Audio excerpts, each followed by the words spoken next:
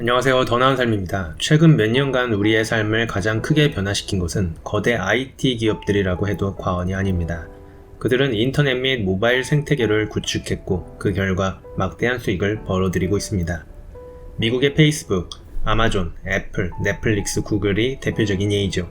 우리나라의 경우 네이버, 카카오를 필두로 배달의 민족, 쿠팡, 야놀자 등의 기업들이 이러한 IT 플랫폼 기업들에 속하는데요. 이들 기업의 재미있는 특징은 무료 서비스로 시작하여 소비자들을 일단 끌어모은 다음 투자받은 돈으로 M&A를 통해 경쟁자를 제거하거나 서비스의 질을 향상시키면서 다른 사업자가 끼어들지 못하도록 만들어 궁극적으로 독점 형태로 진화한다는 특징을 가지는데요. 이러한 기업들은 독점 체제가 이루어지기 전까지는 소비자 친화적이지만 완전한 독점 체제가 만들어지면 힘의 균형은 자연스럽게 무너지면서 기업들이 헤게모니를 가져가게 됩니다. 독점은 상품 공급자가 하나밖에 없는 시장을 뜻합니다. 모든 사업자들은 자신들의 분야에서 독점을 꿈꾸지만 독점 상황이 되는 것은 현실적으로 어렵습니다.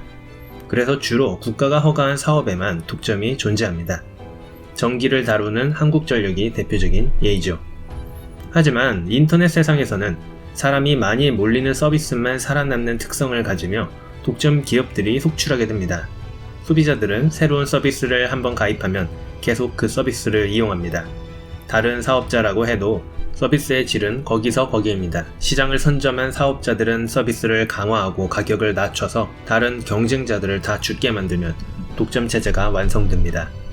미국도 마찬가지고 우리나라도 마찬가지로 이들 기업의 독점적 사업 행태에 대해 긴장하고 있으며 국가 차원에서 규제를 하고자 합니다. 유럽연합은 IT 기업들이 경쟁 규정을 위반할 경우 연간 매출의 10%까지 벌금을 부과하겠다는 디지털 시장법을 추진하고 있으며 미국 하원에서는 구글, 애플, 아마존, 페이스북 등에 대한 반독점 규제법을 본격적으로 도입하고자 하는데요. 이러한 이야기들은 몇 년 전부터 계속 나왔던 문제지만 그럼에도 불구하고 꾸준한 실적 등으로 이러한 기업의 성장을 의심하는 자들은 없으며 주가는 계속 순항하고 있죠. 중국 역시 IT 강국으로 텐센트, 알리바바, 디디추싱 등 글로벌 IT 기업들이 다수 존재합니다. 중국 IT 산업의 성장 동력이었던 기업들이죠. 당연히 여기에도 IT 플랫폼 사업의 특성상 독점 문제가 존재할 수밖에 없습니다. 그럼에도 중국은 그동안 자국 인터넷 플랫폼 기업들에 우호적이었습니다. 자국 기업들을 키우기 위해 외국 기업들에 대한 강한 규제를 하던 국가였습니다. 이들 IT 기업들은 사실 미국 IT 기업들이 중국에 발도 못 붙이게 해서 키워낸 결과물이니 말이죠. 또 중국은 사회주의 국가입니다. 독점 기업들이 사실상 경제를 이끌고 있으며 국가가 나서서 독점을 장려하기도 하죠. 예를 들면 중국의 양대 조선사가 2019년 합병을 해 세계 최대의 조선사가 되었는데 이때 중국 정부는 독점에 대한 문제를 제기하지 않았습니다. 중국 최대의 조선소가 중국 내 조선 물량을 쓸어가도 세계 시장에서 한국 조선소들과 경쟁하는 데 유리하다고 판단되면 이때는 독점을 문제 삼지 않는다는 것이죠. 하지만 중국 정부는 갑자기 노선을 변경하여 자국 IT 기업들을 옥죄기 시작합니다. 그리고 그 규제와 제재는 미국, 유럽 등의 규제와는 차원이 다른 수준에서 진행됩니다. 2020년 엔트그룹 상장이 돌연 중단되고 알리바바를 규제하기 시작한 것이 그 신호탄이었죠.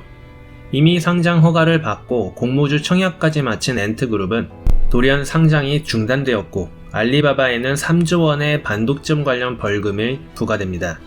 자국 기업에 이렇게 거대 벌금을 부과한 것은 이례적입니다. 하지만 알리바바와 같은 기업은 중국 내에서만 장사를 하기 때문에 중국 소비자들 보호를 위해 적극적인 규제를 하겠다는 게 중국 정부의 공식적인 입장입니다. 알리바바는 입점 업체들에게 자사 쇼핑몰에 입점하려거든 타사 쇼핑몰에는 입점할 수 없다는 계약을 맺어왔고 또 입점 업체들에게 소비자 맞춤 할인 가격 정책 프로그램 참여를 강요했기 때문에 벌금을 부과했다고 합니다. 하지만 갑작스러운 중국의 노선 변화에는 이유가 있습니다. 알리바바 창업자 마윈이 중국 금융 시스템을 강하게 비판하면서부터였는데요. 중국 금융에는 시스템 자체가 없다면서 미래는 창의력 경쟁이지 감독 기술 경쟁이 아니라고 비판하면서 개혁을 이야기했습니다. 이 일을 들은 공산당은 강하게 응징합니다. 이때부터 중국은 기업 권력이 자신들의 권력에 도전할 수 있을 것이라 생각했을 것입니다. 미국과 기술 경쟁할 때는 필요한 기업들이었지만 너무 키워주면 자신들의 권력에 해를 입힐 것이라 판단했겠죠. 알리바바를 시작으로 중국 내 플랫폼 기업 때리기는 계속되었습니다. 차량 공유 플랫폼 디디 추싱은 미국에 상장하자마자 국가안보조사 대상에 올리고 앱 삭제 조치까지 하고 있습니다. 우리가 생각하는 일반적인 규제를 넘어서는 수준이죠. 이번 규제의 논리는 독점으로 소비자 후생을 악화시킨다는 논리를 넘어 중국인들의 빅데이터가 미국에 넘어가는 것을 막겠다는 취지로 해석하고 있습니다.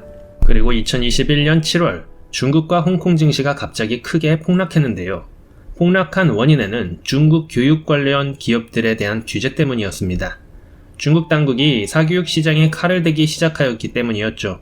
사교육 금지 법안이 발표되면서 중국의 교육 관련 기업들은 순식간에 휴지가 됩니다. 사교육, 즉 부경수와 같은 학교 수업과 관련한 과목들을 가르치면서 이윤을 추구하는 행위 자체를 금지시킵니다. 물론 이번 대책에도 명분이 있습니다. 학생들의 학업 부담을 줄이고 가계의 사교육비 부담을 줄여 바닥까지 떨어진 낮은 출산율을 끌어올리기 위해서라고 합니다. 또 온라인 교육업체의 상장도 금지시켜버렸죠. 교육은 국가를 통해서만 이루어져야 한다는 게 중국 당국의 입장인 것입니다. 반독점 규제 역시 이번 증시 하락의 원인입니다. 5년 전에 일어난 일을 지금 조사해서 규제를 하기도 합니다. 2016년 텐센트는 중국 음악그룹과 합병했는데 텐센트의 합병 전 시장 점유율은 30%, 중국 음악그룹의 시장 점유율은 40% 정도로 합병을 통해 시장 지배력을 높였습니다. 이후 유니버셜 뮤직, 소니 뮤직, 워너 뮤직 등 세계적인 음반사와 스트리밍 독점 계약을 체결했지요. 이에 중국 당국은 그동안 텐센트가 독점적 권리를 남용해 음원 시장을 장악했다며 독점적 권리를 포기하도록 하였습니다. 소비자 권익보호, 개인정보보호, 학생들 학업 부담 줄이기, 낮은 출산율 끌어올리기 등 명분은 그럴싸하지만 대다수의 중국 전문가들은 중국 당국이 중국 기업들을 강하게 옥죄는 이유를 중국 공산당의 통제 체제가 흔들릴 수 있는 위험 요소들을 사전에 차단하는 것으로 보고 있습니다. 기업들이 글로벌 기업으로 성장하면서 영향력이 자꾸 커지다 보니 상대적으로 공산당의 위력이 감소하는 것을 느끼겠죠. 얼마 전까지 세계 경제를 좌지우지했던 트위터 거물 2명이 트럼프와 머스크였던 것을 보면 기업의 대중적 영향력과 권력 역시 무시 못합니다. 그러니 자국 기업들을 겨우겨우 글로벌 수준으로 키워나는데도 불구하고 공산당 통치체제의 위험 요소가 된다면 그럴싸한 핑계를 잡아 가차없이 제재를 가하는 것이죠. 다만 이러한 기업 옥죄기 정책은 시진핑 체제의 공산당 정권 유지에는 도움이 될지 몰라도 경제 성장에는 큰 걸림돌이 될 것이라고 전문가들은 분석합니다. 민간이 혁신을 하기보다는 정권 눈치 보기에만 급급해질 수밖에 없습니다. 이렇게 당국이 기업들을 길들이기를 하자 효과가 슬슬 나타나기도 합니다.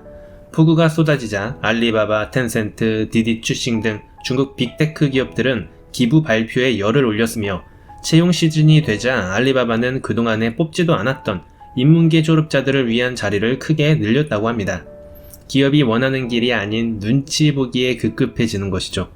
종합해보면 중국 내에 잘나가는 기업은 언제 공산당의 타겟이 되어 어떤 핑계로 철퇴를 맞을지 모르게 됩니다. 독점이라 소비자가 피해본다, 개인정보 관리에 소홀했다, 사교육은 금지되어야 한다, 게임은 중독이다 등 온갖 논리가 다 나옵니다. 보통 투자는 잘나가는 기업에 합니다. 고로 잘나가는 기업에 철퇴를 날린다면 투자할 이유가 사라지겠죠. 이러한 심리가 2021년 7월 갑작스런 중국 증시의 폭락으로 이어지고 있으며 빚더미에 쌓여있는 중국이 이번 사태로 성장 동력을 잃어버리는 것은 아닌지 세계가 주목하고 있습니다. 이상 더 나은 삶이었습니다.